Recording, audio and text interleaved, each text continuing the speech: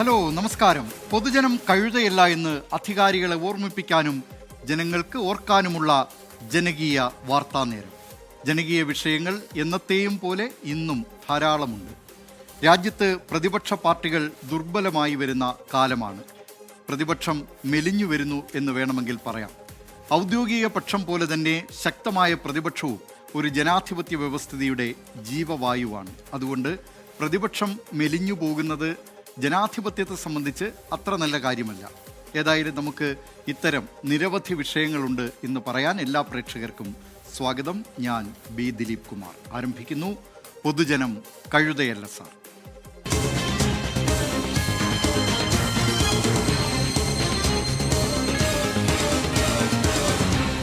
പൊതുജനം കഴുതയല്ല സാർ. കോഴിക്കോട്ട് രാമനാട്ടുകര സ്വദേശിയായ 43-കാരന് നിപ രോഗബാധയുണ്ടായതിൻ്റെ ഉറവിടം കണ്ടെത്താൻ ആരോഗ്യവകുപ്പ് അധികൃതർക്ക് ഇനിയും കഴിഞ്ഞിട്ടില്ല. കേന്ദ്ര സംഘം പരിശോധനയ്ക്കും നിരീക്ഷണത്തിനുമായി എത്തിയിട്ടും ഉറവിടം കണ്ടെത്താനായിട്ടില്ല. എവിടെ നിന്നാണ് രോഗിക്ക് നിപ പകർന്നത് എന്ന ഉത്തരം പറയാൻ ആരോഗ്യവകുപ്പിന് കഴിയാത്തത് വലിയ വിമർശനങ്ങൾക്കും വഴിവെച്ചിട്ടുണ്ട്. അതേസമയം നിലവിൽ നിപ സ്ഥിരീകരിച്ച രോഗിയുടെ ആരോഗ്യനില ഗുരുതരമായി തുടരുകയാണ്. സമ്പർക്ക പട്ടികയിലുള്ള എല്ലാവരുടെയും പരിശോധനാ ഫലം നെഗറ്റീവാണ് എന്നത് മറ്റൊരാശ്വാസം. കോഴിക്കോട് നിന്ന് അജി കുഞ്ഞുമോൻ തയ്യാറാക്കിയ റിപ്പോർട്ട് കാണാം. ഉറവിടം തേടി. 2018 കേരളം നിപ്പ വൈറസിന്റെ ഉറവിടം കണ്ടെത്താനായി വിദേശ ശാസ്ത്ര സംഘത്തിന്റെ സഹായം തേടിയിരുന്നു. അന്ന് ഈ സഹായം തേടിയത് ഭാവിയിലേക്കുള്ള ഒരു കരുതലിന് വേണ്ടിയായിരുന്നു. അതായത് എപ്പോഴെങ്കിലും നിപ്പ വീണ്ടും റിപ്പോർട്ട് ചെയ്യുകയാണെങ്കിൽ അതിൻ്റെ ഉറവിടം കണ്ടെത്താനും പ്രതിരോധ മാർഗങ്ങൾ സ്വീകരിക്കാൻ വേണ്ടിയായിരുന്നു. എന്നാൽ കോഴിക്കോട് നിപ്പ റിപ്പോർട്ട് ചെയ്ത് ഒരാഴ്ച കഴിഞ്ഞിട്ടും അതിൻ്റെ ഉറവിടം കണ്ടെത്താൻ ആരോഗ്യവകുപ്പിന് ഇതുവരെ കഴിഞ്ഞിട്ടില്ല. എന്താണ് ശരിക്കും സംഭവിച്ചത്? ഇക്കഴിഞ്ഞ ദിവസങ്ങളിൽ വിവിധ സർക്കാർ വകുപ്പുകളുടെ സംയുക്താഭിമുഖ്യത്തിൽ വവ്വാലുകളുടെയും വളർത്തുമൃഗങ്ങളുടെയും സ്രവ സാമ്പിളുകളും കാഷ്ടവും പരിശോധനയ്ക്കായി ശേഖരിച്ചിരുന്നു. കോഴിക്കോട്ടെ നിപ്പ വൈറസ് ഉറവിടം കണ്ടെത്താനായിട്ടില്ല എന്ന് ജില്ലാ കളക്ടർ MS മാധവിക്കുട്ടി തന്നെ തുറന്നു പറയുന്നു. കൃത്യമായിട്ട് ഹോസ്റ്റ് ചെയ്താണെന്ന് കണ്ടെത്താൻ പറ്റിയിട്ടില്ല. നമുക്ക് ആദ്യമേ പറഞ്ഞിട്ടുണ്ടായിരുന്നു അവരുടെ ഗോഡൗണിൽ ആവാം എന്നുള്ളത് പറഞ്ഞു. പക്ഷേ ഗോഡൗണിൽ പരിശോധിച്ചിരുന്നു. ഗോഡൗണിൽ പക്ഷേ ബാഡ് ഡ്രോപ്പിംഗ്സ് ഒന്നും നമുക്ക് കണ്ടെത്താൻ കഴിഞ്ഞില്ല. അതോടൊപ്പം തന്നെ രണ്ടാമത്തൊരു ചാൻസായിട്ട് നമ്മൾ പറഞ്ഞിരുന്നത് ഈ സപ്പോട്ട മരത്തിൽ നിന്ന് അവരുടെ വീട്ടിലുള്ള സപ്പോട്ട മരത്തിലെ ആയിരിക്കാം എന്നുള്ളത് പറഞ്ഞിരുന്നു. അതും നമുക്കറിയില്ല. മൂന്നാമത് നമ്മൾ മറ്റൊരു തിയറി ഉണ്ടായിരുന്നു. അദ്ദേഹം ഒരു മരപ്പട്ടീൻ്റെ ഒരു ചത്ത മരപ്പട്ടീനെ കണ്ടിട്ടുണ്ടായിരുന്നു. അപ്പം അതാണോ എന്നുള്ളതും അറിയില്ല. അപ്പം ഇതെല്ലാം ഞാൻ പറഞ്ഞില്ലേ, ഇതെല്ലാം ഹോസ്റ്റുകളാവാൻ സാധ്യതയുള്ള മൃഗങ്ങളാണ്. അപ്പം കൃത്യമായിട്ട് ഇതിൽ ഏതിൽ നിന്നാണെന്ന് നമുക്ക് കണ്ടെത്താൻ ഇതുവരെ കഴിഞ്ഞിട്ടില്ല. കാടുകളുടെ ഏറ്റവും അടുത്ത് നിൽക്കുന്ന ജില്ലകളാണ് പാലക്കാട്, മലപ്പുറം, കോഴിക്കോട്. അതുകൊണ്ട് തന്നെ ഇവിടങ്ങളിൽ രോഗം വരാനായി സാധ്യത കൂടുതലുണ്ട്.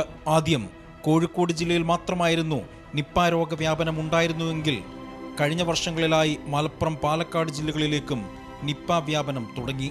പാലക്കാട്, മലപ്പുറം, കോഴിക്കോട് ജില്ലകളിലാണ് കുറച്ചും കൂടി കാടുകളുമായിട്ട് പ്രോക്സിമിറ്റി നമുക്ക് കൂടുതലുള്ളത്. അപ്പം ഇത്തരത്തിലുള്ള പ്രദേശങ്ങളിൽ വൾണറബിലിറ്റി കൂടുതലാണ്. നമ്മൾ ആദ്യമേ കോഴിക്കോട് മാത്രം ഉണ്ടായിരുന്ന ഒരു അസുഖമായിരുന്നു നിപ്പ എന്ന് പറയുന്നത്. കഴിഞ്ഞ വർഷങ്ങളിലാണ് ഇത് കൂടുതൽ മലപ്പുറം ജില്ലയിൽ കാണാൻ തുടങ്ങി. പാലക്കാട് ജില്ലയിൽ കഴിഞ്ഞ വർഷം ഉണ്ടായി. ഇപ്പം എല്ലായിടത്തും ഉണ്ടാവുന്നുണ്ട്. രാമനാട്ടുകരയിലെ നിപ്പ പ്രഭവ കേന്ദ്രത്തിന് സമീപം മൃഗസംരക്ഷണ വകുപ്പിന്റെ നേതൃത്വത്തിൽ നിപ്പ നിരീക്ഷണവും സാമ്പിൾ ശേഖരണവും നടത്തിയിരുന്നു. Kannur regional disease diagnostic lab, Kozhikode animal disease control project എന്നിവയുടെ സംയുക്താഭിമുഖ്യത്തിലാണ് സാമ്പിളുകൾ ശേഖരിച്ചത്. നിപ്പ പ്രഭവ കേന്ദ്രത്തിന്റെ 5 കിലോമീറ്റർ ചുറ്റളവിലുള്ള പ്രദേശങ്ങളിൽ നിന്നാണ് പരിശോധനയ്ക്കായുള്ള സാമ്പിളുകൾ എടുത്തത്. വനവകുപ്പിന്റെ സഹായത്തോടെ 2 വവ്വാലുകളുടെ സാമ്പിളുകൾ ശേഖരിച്ചു. കൂടാതെ ഈ പ്രദേശങ്ങളിൽ വളർത്തുനായ, പൂച്ച എന്നിവയുടെ രക്തം, മൂക്കിലെ സ്രവം തുടങ്ങിയവയും ശേഖരിച്ചിട്ടുണ്ട്. നിപ്പ പ്രഭവ കേന്ദ്രത്തിന് സമീപമുള്ള വവ്വാലുകളുടെ താവളങ്ങളിൽ നിന്ന് കാഷ്ടവും പരിശോധനയ്ക്കായി എടുത്തിരുന്നുവെങ്കിലും പരിശോധനാ ഫലം പുറത്തു വന്നിട്ടില്ല. വളർത്തുമൃഗങ്ങളിലും വവ്വാലുകളിലും നിപ്പ വൈറസിന്റെ സാന്നിധ്യമുണ്ടോ എന്ന് ശാസ്ത്രീയമായി കണ്ടെത്തുന്നതിനായി സാമ്പിളുകൾ ഭോപ്പാലിലെ national institute of high security animal disease ലാബിലേക്ക് പരിശോധനയ്ക്കായി അയച്ചിട്ടുണ്ട്.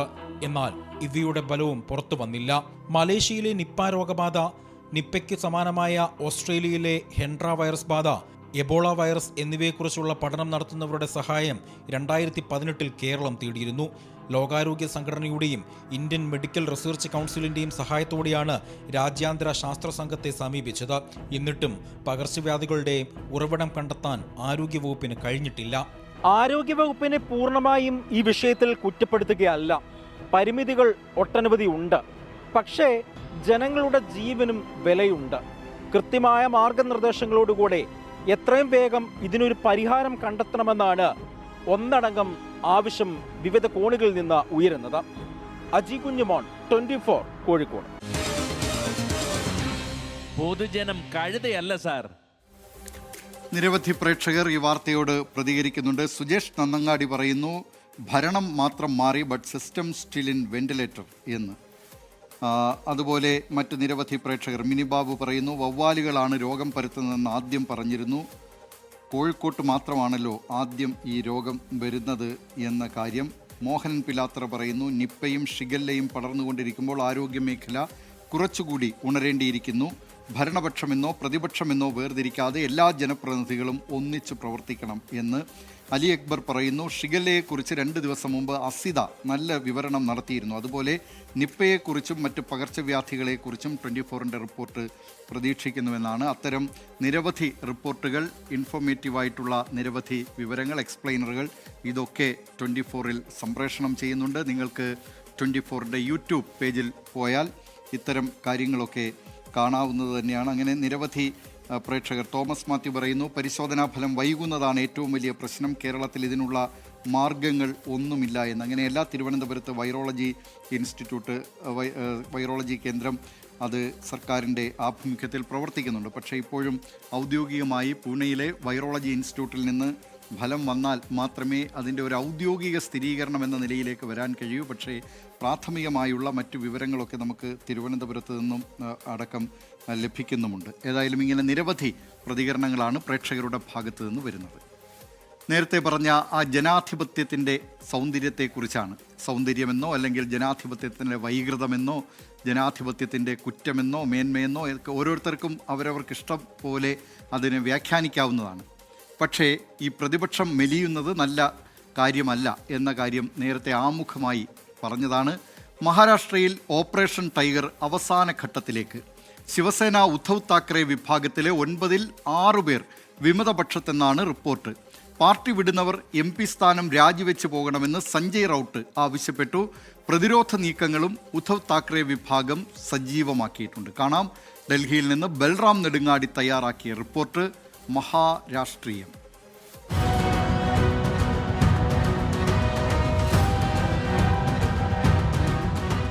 ഇന്ത്യൻ രാഷ്ട്രീയത്തെ ഞെട്ടിച്ച വിമത നീക്കത്തിലൂടെ മഹാരാഷ്ട്രയിലെ മഹാവികാസ് അഘാടി സർക്കാരിനെ അട്ടിമറിച്ച് മുഖ്യമന്ത്രി പദം സ്വന്തമാക്കിയ ഏക്നാഥ് ഷിൻഡെ ഇന്ന് മറ്റൊരു ദൗത്യത്തിലാണ്. Operation tiger. പാർലമെന്റിന്റെ വർഷകാല സമ്മേളനത്തിന് മുമ്പായി ശിവസേന ഉദ്ധവ് താക്കറെ വിഭാഗത്തിന്റെ 3-ൽ 2 MP-മാരെയും അടർത്തിയെടുക്കുകയാണ് ലക്ഷ്യം.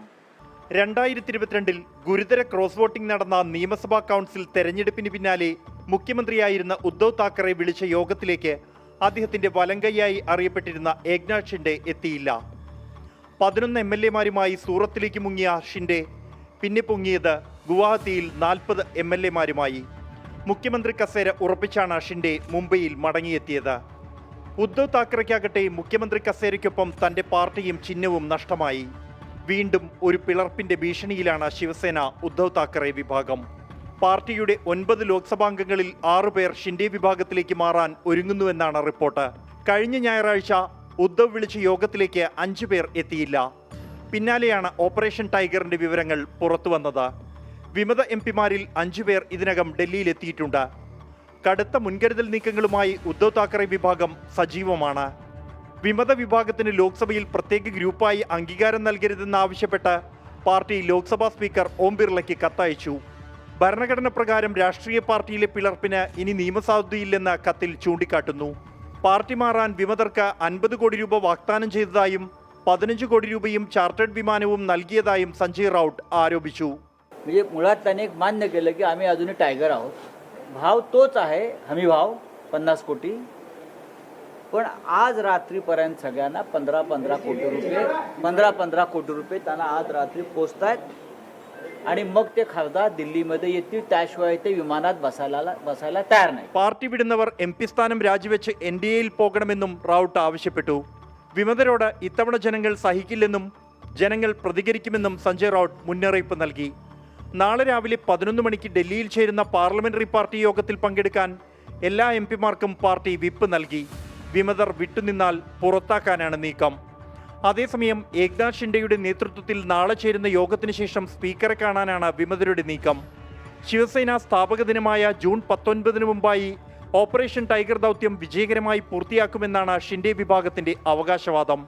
തൃണമൂൽ കോൺഗ്രസിന്റെ പിളർപ്പ് വിജയകരമായി പൂർത്തിയാക്കിയതിന് പിന്നാലെയാണ് ഓപ്പറേഷൻ ടൈഗർ സജീവമാക്കിയത്.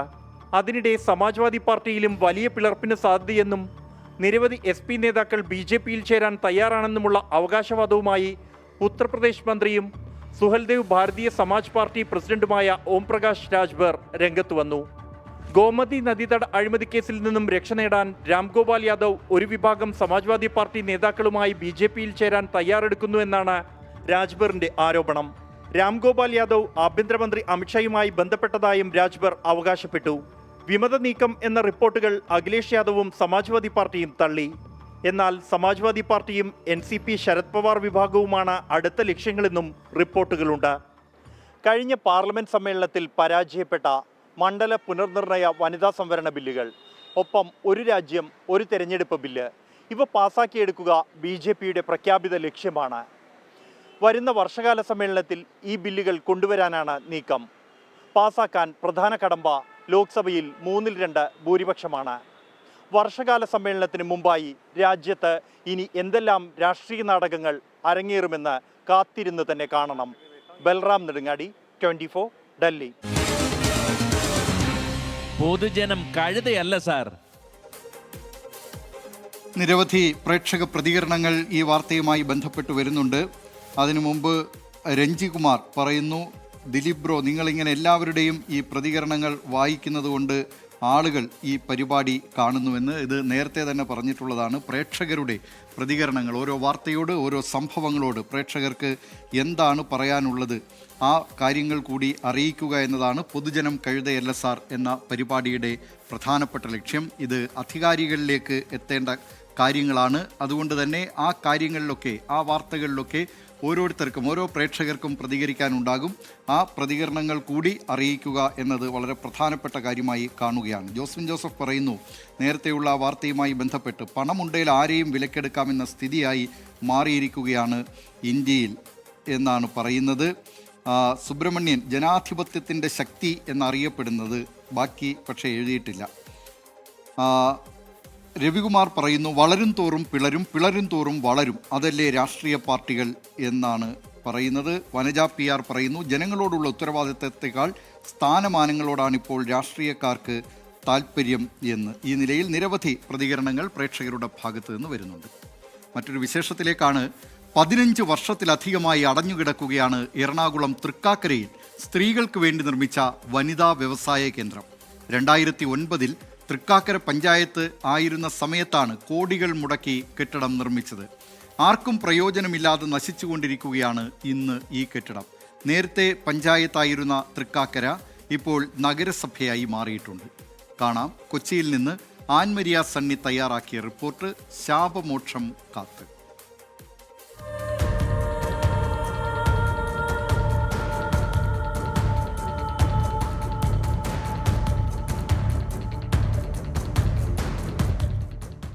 ശാപമോക്ഷത്തിനായി തെങ്ങോട് വനിതാ വ്യവസായ കേന്ദ്രം കാത്തുകിടക്കാൻ തുടങ്ങിയിട്ട് വർഷങ്ങളേറെയായി. സ്ത്രീകൾക്ക് പരിശീലനവും സ്വയം തൊഴിലും ലക്ഷ്യമിട്ടായിരുന്നു കെട്ടിടം നിർമ്മിച്ചത്. 2009 അന്ന് തൃക്കാക്കര പഞ്ചായത്തായിരുന്ന സമയത്ത് കുറച്ചു നാളുകൾ മാത്രം കെട്ടിടം തുറന്ന് പ്രവർത്തിച്ചു. നാളുകൾ കഴിഞ്ഞ് വാതിലടഞ്ഞു. പിന്നെ കെട്ടിടം തുറന്നിട്ടില്ല. ഇന്ന് സാമൂഹ്യവിരുദ്ധരുടെ വിഹാര കേന്ദ്രമായി മാറിയിരിക്കുകയാണ് ഇവിടം.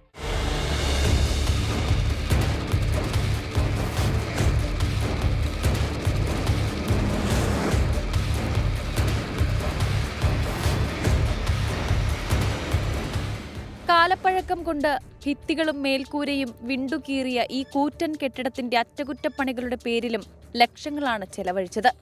2013 മുതൽ 18 വരെയുള്ള സാമ്പത്തിക വർഷങ്ങളിലാണ് പുനർനിർമ്മാണം നടത്തുന്നത്. ഒരേ സമയം 150-ലധികം തയ്യൽ മെഷീനുകൾ പ്രവർത്തിക്കുവാൻ കഴിയുന്ന വിശാലമായ ഹാളും അടിസ്ഥാന സൗകര്യങ്ങളുമുണ്ട് ഇവിടെ. ഇപ്പോഴും നൂറുകണക്കിന് അപേക്ഷകളാണ് പ്രവർത്തനത്തിനായി വന്നുകിടക്കുന്നത്. ഇപ്പോൾ ഇതിൻ്റെ അവസ്ഥ എന്ന് പറഞ്ഞാൽ ശരിക്കും വേസ്റ്റ് ഡംപ് ചെയ്യുന്നൊരു യാർഡായിട്ട് മാത്രമാണ് യൂസ് ചെയ്യുന്നത്. നമ്മുടെ ഇവിടുത്തെ ഈസ്റ്റ് വെസ്റ്റ് 2 ADS യൂണിറ്റുകളുണ്ട്, അതായത് വനിതകളുടെ. അവർക്ക് വേണമെങ്കിൽ തന്നെ ഒരുപാട് പദ്ധതികൾ വിഭാവനം ചെയ്ത് നല്ല രീതിയിൽ നടത്തിക്കൊണ്ട് പോകാൻ പറ്റുന്ന ഒരു സ്ഥലമാണിത്. ഇതിങ്ങനെ നശിച്ചു കിടക്കുന്നത് സർക്കാരിൻ്റെ ഭൂമിയാണ്, അതിനകത്ത് നമുക്ക് വിഷമമുണ്ട്. കെട്ടിടം കാട് പിടിച്ചു കിടക്കുന്നതിനാൽ ഇഴജന്തുക്കളുടെ ശല്യവുമുണ്ട്. ജനൽ ചില്ലുകളടക്കം പൊട്ടിപ്പൊളിഞ്ഞു കിടക്കുകയാണ്.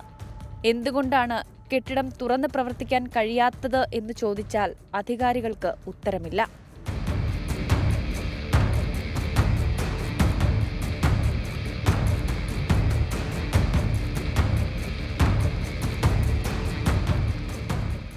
പലപ്പോഴും കോടികൾ ചെലവഴിച്ച് നടപ്പിലാക്കുന്ന പദ്ധതികൾ എന്തെന്നില്ലാത്ത കാരണത്താലൊക്കെ മുടങ്ങിപ്പോകുന്നത് ദൗർഭാഗ്യകരമാണ്. കൃത്യമായിട്ടുള്ള ഒരു കാരണം പോലും പറയാനില്ല എന്നുള്ളതാണ് യാഥാർത്ഥ്യം.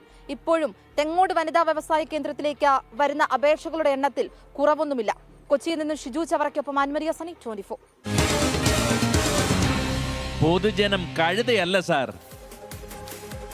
തൃക്കാക്കര നഗരസഭാ അധികൃതരോടാണ്. അവരാരെങ്കിലും ഈ പരിപാടി കാണുന്നുണ്ടെങ്കിൽ, ഇങ്ങനെ 15 വർഷത്തിലധികമായി ഒരു കെട്ടിടം അടഞ്ഞുകിടക്കുന്നു. കോടികൾ ചെലവിട്ട് നിർമ്മിച്ച കെട്ടിടമാണ് ഇത്. സ്ത്രീകൾക്ക് വേണ്ടി നിർമ്മിച്ചതാണ് വനിതാ വ്യവസായ കേന്ദ്രം എന്ന നിലയിൽ.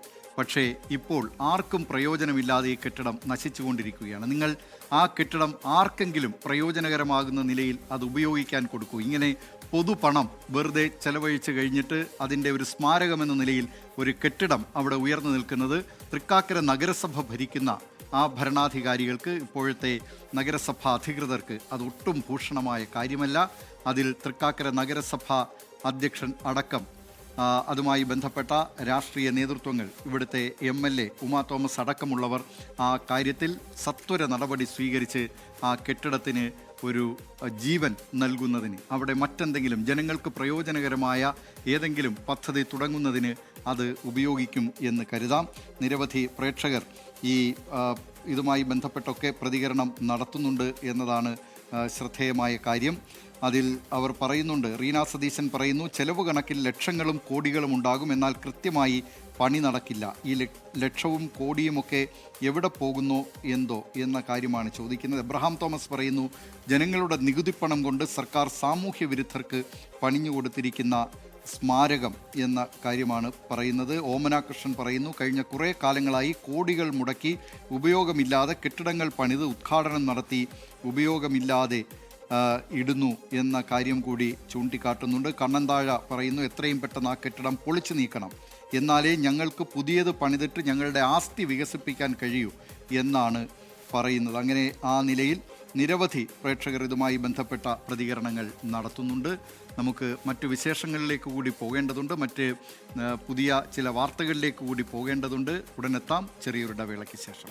ജനകീയ വിഷയങ്ങളുമായി പൊതുജനം കഴുതയല്ല സാർ തുടരുന്നു. അതിനിടെ ജോസ്വിൻ ജോസഫിൻ്റെ ഒരു ചോദ്യം, പെട്രോൾ ഡീസൽ ഗ്യാസ് വില കുറയുമോ എന്നതാണ്. എല്ലാവരും ഉറ്റുനോക്കുന്നത് അതിലേക്കാണ്. ഇറാനും അമേരിക്കയുമായുള്ള സമാധാന കരാർ നിലവിൽ വരികയാണ്. അതിൻ്റെ ധാരണാപത്രത്തിൽ ഒപ്പിട്ട് കഴിഞ്ഞു. ഇനി അന്തിമ ധാരണാപത്രം അത് വെള്ളിയാഴ്ച ഒപ്പിടുമെന്നാണ് അറിയിച്ചിരിക്കുന്നത്. അതോടുകൂടി ഈ ഹോർമുസ് കടലിടുക്ക് വഴിയുള്ള ഇന്ധനങ്ങളുമായുള്ള കപ്പലിൻ്റെ ഗതാഗതം അത് സുഗമമാകും എന്ന കാര്യം വ്യക്തമാണ്. പക്ഷേ ഇന്ധനവില കുറയുമോ എന്ന കാര്യത്തിൽ യാതൊരു ഉറപ്പുമില്ല. അത് നേരത്തെ തന്നെ അങ്ങനെ ഏതെങ്കിലും തരത്തിൽ രാജ്യാന്തര വിപണിയിൽ അസംസ്കൃത എണ്ണയുടെ വില കുറയുമ്പോൾ നേരത്തെ കൂടിയ വില അത് മാറ്റിയതായി, എണ്ണ കമ്പനികൾ അങ്ങനെ മാറ്റിയതായിട്ടുള്ള ഒരു വലിയ അനുഭവമൊന്നും സമീപകാലത്തൊന്നുമില്ല. ഇപ്പോൾ തന്നെ അസംസ്കൃത എണ്ണയുടെ വില ഈ ധാരണാപത്രം ഒപ്പിടുമെന്ന് വ്യക്തമായതോടുകൂടി തന്നെ രാജ്യാന്തര വിപണിയിൽ വലിയ തോതിൽ കുറഞ്ഞിട്ടുണ്ട്. നേരത്തെ ബാരലിന് $120 വരെ ആയിരുന്നെങ്കിൽ ഇപ്പോൾ അത് $80 താഴേക്ക് എത്തിയിരിക്കുകയാണ്. പക്ഷേ എണ്ണ കമ്പനികൾ അവർ പറയാൻ പോകുന്ന ന്യായം ഇതായിരിക്കും, ഈ കഴിഞ്ഞ 3 മാസക്കാലം ലോക വിപണിയിൽ തന്നെ എണ്ണവില കുതിച്ചുയർന്നിരുന്നു. അത് കുതിച്ചുയരാതെ ഇന്ത്യയിൽ പിടിച്ചു നിർത്താൻ എണ്ണ കമ്പനികൾ നഷ്ടം സഹിക്കേണ്ടി വന്നു. ആ നഷ്ടം നികത്തുന്നതിനുള്ള ശ്രമം കൂടിയായിരിക്കും ഈ നിലവിലെ ആ എണ്ണവില കുറയ്ക്കാതിരിക്കാനുള്ള അവരുടെ ന്യായം എന്ന് തോന്നുന്നു. ഏതായാലും ഇക്കാര്യത്തിലൊക്കെ അന്തിമ തീരുമാനമെടുക്കേണ്ടത് എണ്ണ കമ്പനികളാണ്. നമുക്ക് ഈ നിലയിലുള്ള ചില ഊഹങ്ങൾ നടത്താം എന്ന് മാത്രമാണ്. അതാണ് ജോസിൻ ജോസഫ് ഇതുമായി ബന്ധപ്പെട്ട് പറയാനുള്ളത്. സർക്കാർ ധാരാളം ക്ഷേമ പദ്ധതികൾക്ക് രൂപം നൽകുന്നുണ്ടെങ്കിലും അവയൊക്കെ അർഹതപ്പെട്ട ഗുണഭോക്താക്കളിലേക്ക് എത്തുന്നുണ്ടോ എന്നത് പ്രധാനപ്പെട്ട ചോദ്യമാണ്. കഴിഞ്ഞ LDF സർക്കാർ അഭിമാന പദ്ധതികളായി ഉയർത്തിക്കാട്ടിയ ക്ഷേമ പദ്ധതികളിൽ ഇടം പിടിക്കാതെ പോയ ചില കുടുംബങ്ങളുണ്ട്. അതിലൊന്നാണ് തിരുവനന്തപുരം മടവൂരിലെ ഒരു ദളിത് കുടുംബം. കാണാം. തിരുവനന്തപുരത്ത് നിന്ന് അജ്മൽ ദിറാർ തയ്യാറാക്കിയ റിപ്പോർട്ട്. ക്ഷേമം ആർക്ക്? അതിദാരിദ്ര്യത്തെ നിർമ്മാർജ്ജനം ചെയ്തു എന്ന് ഊറ്റം കൊള്ളുന്നവരാണ് നമ്മൾ. അതിദാരിദ്ര്യത്തിൻ്റെ മാനദണ്ഡം എന്ത് എന്നതിൽ ഇപ്പോഴും തർക്കവിതർക്കങ്ങൾ തുടരുകയാണ്. എന്നാൽ ആ മാനദണ്ഡങ്ങളിലൊന്നിൽ തകർന്നു വീഴാറായ വീട്ടിൽ വസിക്കുന്നവർ എന്നുണ്ടെങ്കിൽ തീർച്ച അതിദാരിദ്ര്യ നിർമ്മാർജ്ജനം ഇവിടെ സാധ്യമായിട്ടില്ല എന്ന് പറയുകയാണ് തിരുവനന്തപുരം മടവൂരിൽ അപകടാവസ്ഥയിലായ വീട്ടിൽ കഴിയുന്ന ഒരു 4 അംഗ ദളിത് കുടുംബം.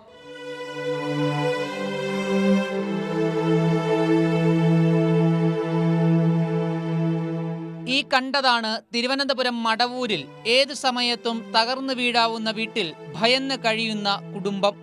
മടവൂർ ഗ്രാമപഞ്ചായത്തിലെ 14-ാം വാർഡായ കക്കോടാണ് അപകട ഭീഷണി നേരിടുന്ന വീട്ടിൽ കാലങ്ങളായി ഇവർ കഴിയുന്നത്. കക്കോട് സ്വദേശികളായ N മിനിയും ഭർത്താവ് S വിനോദും 2 മക്കളും അടങ്ങുന്ന കുടുംബം അധികൃതരുടെ ശ്രദ്ധയിൽ നിന്ന് അകന്നു പോയിട്ട് കാലങ്ങൾ പിന്നിടുകയാണ്. എൻ്റെ മക്കളും എൻ്റെ ഭർത്താവും കടങ്ങുന്നൊരു കൊച്ചു കുടുംബമാണ് എൻ്റെത്. ഈ സമയം ഇത് നിലം പൊത്ത. ഞാൻ ഈ മഴ പെയ്ത പേടിച്ചാണ് ഞാനിവിടെ ജീവിക്കുന്നത്. ഞാൻ പലതവണയും ഞാൻ പല ബ്ലോക്കിലും പഞ്ചായത്തിലും അത്ര ഞാൻ അപേക്ഷ നൽകി. എനിക്ക് ഒരു ഇതും ഉണ്ടായിട്ടില്ല. ഇത് ഇനിയെങ്കിലും എനിക്കൊരു വീട് ഒപ്പിച്ച് തരണം. ഈ അധികാരികളെ എനിക്ക് കാണണം. ഞാൻ അത്ര സങ്കടപ്പെട്ടാണ് ഞാൻ പറയുന്നത്. അല്ലെങ്കിൽ ഞാൻ ഇവിടെ കിടന്ന് ഞാനും എൻ്റെ മക്കളും ഭർത്താവും ഇവിടെ കിടന്ന് മരിക്കേണ്ടി വരും. കഴിഞ്ഞ LDF സർക്കാരിന്റെ അഭിമാന പദ്ധതിയായി ഉയർത്തിക്കാട്ടിയ ലൈഫ് ഭവന പദ്ധതിയിൽ വീടിനായി ഇവർ അപേക്ഷിച്ചത് 2 തവണ. എന്നാൽ പദ്ധതിയുടെ മാനദണ്ഡങ്ങൾ പരിശോധിക്കുമ്പോൾ ഇവർക്ക് വീടിന് അർഹതയില്ലെന്ന് പറഞ്ഞ് അപേക്ഷ തള്ളുകയായിരുന്നു. ഞാൻ 2021 പുതിയ ഭരണസമിതി ചുമതലയേറ്റ സമയത്ത് വാർഡ് മെമ്പറായി വന്നപ്പോൾ ഈ ഫീൽഡിൽ വീട് വന്ന് സന്ദർശിച്ച സമയത്ത് ഈ വീടിൻ്റെ അവസ്ഥ കണ്ടിട്ട് പഞ്ചായത്തിൽ ചോദിച്ചപ്പോഴത്തേക്കും ഈ ലൈഫിൻ്റെ ലിസ്റ്റിൽ പേര് കൊടുത്തിട്ടുണ്ട് എന്നാണ് ഇവർ പറഞ്ഞത്. അപ്പോൾ ഞങ്ങളത് പരിശോധിച്ചപ്പോഴത്തേക്കും ലൈഫിൻ്റെ ലിസ്റ്റിൽ പേരില്ല. അപ്പോൾ എന്തുകൊണ്ടത് ഇല്ലയെന്ന് നോക്കിയപ്പോൾ അത് വീടിൻ്റെ ഭിത്തിയുണ്ട് എന്നതിൻ്റെ പേരിൽ നിരസിക്കുകയാണ് ചെയ്തത് ആ അപേക്ഷ. അപ്പോൾ വീണ്ടും 2022 പുനഃപരിശോധനയുടെ ഭാഗമായിട്ട് വീണ്ടും നമ്മൾ അപേക്ഷ സമർപ്പിച്ചു. ബ്ലോക്കിലേക്കും കൂടെ അപ്പീൽ കൊടുത്തു. പക്ഷേ അവിടെയും ഇത് ഭിത്തിയുണ്ട് എന്നുള്ള പേരിൽ ഈ അപേക്ഷ അവരുടെ അത് നിരസിക്കുകയാണ് ചെയ്തത്. പിന്നാലെ വീട് കൂടുതൽ അപകടാവസ്ഥയിലായതോടെ 4 മാസം മുൻപ് കുടുംബം മടവൂർ വില്ലേജ് ഓഫീസിൽ പരാതി നൽകി. റവന്യൂ അധികൃതരെത്തി വീട് പരിശോധിച്ച് താലൂക്ക് ഓഫീസിലേക്ക് റിപ്പോർട്ട് നൽകിയെങ്കിലും അവിടെന്നും സഹായമൊന്നും ലഭിച്ചില്ല. എന്നാൽ നിലവിൽ ഓടുമേന മേൽക്കൂരയുടെ പകുതിയോളം നിലം പൊത്തിയ നിലയിലാണ്. ശേഷിക്കുന്ന ഭാഗം ഏത് സമയത്തും നിലം പതിക്കുമെന്ന അവസ്ഥയിൽ കഴിയുന്ന ഈ കുടുംബം മഴ കനത്തതിനെ തുടർന്ന് രാത്രി മുതൽ പുലരും വരെ ഉറങ്ങാതെ ഭയന്നാണ് കഴിയുന്നത്. വാർഡ് മെമ്പർ പറഞ്ഞ അടിസ്ഥാനത്തിൽ ഞാനും ബ്ലോക്ക് മെമ്പറും വാർഡ് മെമ്പറും കൂടി ഈ വീട് വന്ന് നോക്കുകയും ഏത് നിമിഷവും നിലംപൊത്താറായ സാഹചര്യത്തിൽ കണ്ടതിനാൽ എത്രയും പെട്ടെന്ന് അവർക്കൊരു വീട് വെക്കേണ്ടത് അനിവാര്യമാണ്. ഇപ്പോൾ പഞ്ചായത്തിൽ കഴിഞ്ഞ സർക്കാരിൻ്റെ കാലത്ത് ലൈഫ് മിഷൻ പദ്ധതിയിൽ അപേക്ഷ കൊടുത്തതാണ്. ആ അപേക്ഷ നിരസിക്കുകയാണ് ഉണ്ടായത്. ഞാൻ എന്തുകൊണ്ടാണ് ഇവർക്ക് വീട് കിട്ടാത്തതെന്ന് പരിശോധിച്ചപ്പോൾ ആ അപേക്ഷ നിരസിക്കാനുണ്ടായത്. നിരസിച്ചത് എന്തുകൊണ്ടാണെന്ന് ഞാൻ എന്തായാലും അത് പരിശോധിക്കും. അടിയന്തരമായി ഇവർക്ക് ഏത് സാഹചര്യത്തിലും ഒരു വീട് അത്യാവശ്യമുള്ളതുകൊണ്ട് അതിൻ്റെ കാര്യങ്ങളൊക്കെ എങ്ങനെയാണെന്ന് പരിശോധിക്കും. 40 വർഷം മുമ്പ് പഞ്ചായത്തിൽ നിന്നും ലഭിച്ച ഒരു വീട് അത് അപകടാവസ്ഥയിലായതിനു ശേഷവും സാമ്പത്തികമായ പിന്നാക്കാവസ്ഥ കാരണം ഒരു ദളിത് കുടുംബത്തിന് അതിനുള്ളിൽ കഴിയേണ്ടി വരുന്നു. കൃത്യസമയത്ത് സംവിധാനങ്ങൾ ഉണർന്നു പ്രവർത്തിക്കാതിരുന്നിട്ട് അപകടങ്ങൾ ഉണ്ടായ ശേഷം ചർച്ച ചെയ്തിട്ടും പരിതപിച്ചിട്ടും അർത്ഥമില്ല. അജ്മൽ ദിറാർ, 24 തിരുവനന്തപുരം. പൊതുജനം കഴുതയല്ല സാർ. ഇതിനിടെ തീയഞ്ചേരി സോങ്സ് പറയുന്നു, നമ്മുടെ സർക്കാർ ഓഫീസിൽ ആവശ്യത്തിന് പോയാൽ മണിക്കൂർ കാത്തിരിക്കണം, കമ്പ്യൂട്ടർ അറിയാത്തത് കൊണ്ടാണ്. എയുടെ കാലത്ത് സർക്കാർ ജോലിക്ക് DCA എങ്കിലും നിർബന്ധമാക്കണമെന്ന അക്കാര്യത്തിൽ അധികൃതർ തീരുമാനങ്ങൾ കൈക്കൊള്ളട്ടെ. ഏതായാലും നിലവിലുള്ളവരുടെ ജോലി അതിൽ നിന്ന് അവരെ ഒഴിവാക്കാൻ കഴിയില്ല. അതേസമയം പുതിയ നിയമനങ്ങൾക്ക് വേണമെങ്കിൽ ഇത്തരം കാര്യങ്ങൾ അധികൃതർക്ക് പരിശോധിക്കാവുന്നതാണ്. മണിക്കുട്ടൻ പറയുന്നു, നേരത്തെയുള്ള ഇന്ധനവിലയുമായി ബന്ധപ്പെട്ടുള്ള കാര്യത്തിൽ യുദ്ധം തുടങ്ങി എത്രയോ നാൾ കഴിഞ്ഞാണ് വില കൂട്ടിയതെന്ന്. ശരിയാണ്, മെയ് 15-ന് ശേഷമാണ് വില കൂട്ടിയത്. 4 തവണയെങ്കിലും വില കൂട്ടിയിരുന്നു. പക്ഷേ അതിനു മുമ്പ് കൂട്ടാതിരുന്നത് 5 സംസ്ഥാനങ്ങളിലെ തെരഞ്ഞെടുപ്പ് കണക്കിലെടുത്താണ് എന്ന കാര്യം കൂടി നാം കാണാതിരിക്കരുത്. അതുകൊണ്ട് വില കുറയ്ക്കണമെങ്കിൽ ഇങ്ങനെ തെരഞ്ഞെടുപ്പുകളും അധികാര രാഷ്ട്രീയവും ഒക്കെയായി ചേർന്ന് വരുന്ന ഒരു സമയം കൂടി വരേണ്ടതുണ്ട് എന്നാണ് തോന്നുന്നത്. അങ്ങനെ പൊതുജനം കഴുതയല്ല സാറിൻ്റെ ഇന്നത്തെ അധ്യായം ഇവിടെ അവസാനിക്കുകയാണ്. ഇനി 24-ൻ്റെ സജീവ സംവാദ പരിപാടിയായ എൻകൗണ്ടറുമായി ചേരുന്നു ഹാഷ്മി താജ് ഇബ്രാഹിം.